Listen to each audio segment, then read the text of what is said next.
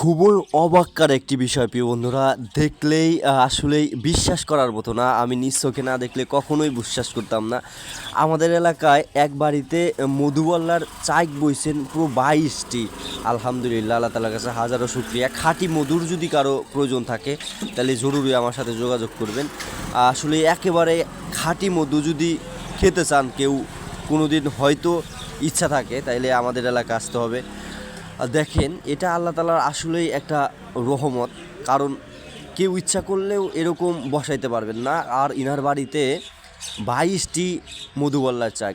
আলহামদুলিল্লাহ, আল্লাহ তাআলার কাছে হাজারো শুকরিয়া। এরকম একটা দৃশ্য আমি দেখতে পারবো আমার নিজ চোখে। সারা দেশে ঘুরে একটা বল্লার চাক পাই না কোথাও, আর এই বাড়িতে 22টি বল্লার চাক। আলহামদুলিল্লাহ, শুকরিয়া আল্লাহ তাআলার কাছে। আসসালামু আলাইকুম। সেই গলুরা বউবাজার থেকে মামা আমার সাথে দেখা করতে এলেন। মামার সাথে মুখ থেকে শুনো, মামা কি অবস্থা?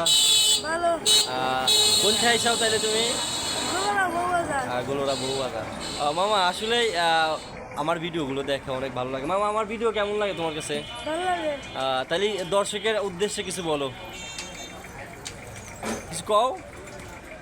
আপনারা সবাই লাইক শেয়ার কমেন্ট করবেন। আমার মামার পাশে যেন সবাই থাকে, গরিব অসহায়দের দান করতে পারেন। হ্যাঁ, ধন্যবাদ মামাকে। আসলে মামা অনেক সহজ সরল মানুষ, অনেক খুশি হয়েছেন আমাকে দেখে। তার কারণ হচ্ছে আমার শুধু মোবাইলে দেখছে, বাস্তবে এই ফার্স্ট দেখা, তাই ঠিক না মামা? বাস্তবে এই প্রথম দেখা। ধন্যবাদ সকলকে, দোয়া করবেন আমার মামার জন্য। আসসালামু আলাইকুম রহমতুল্লাহ।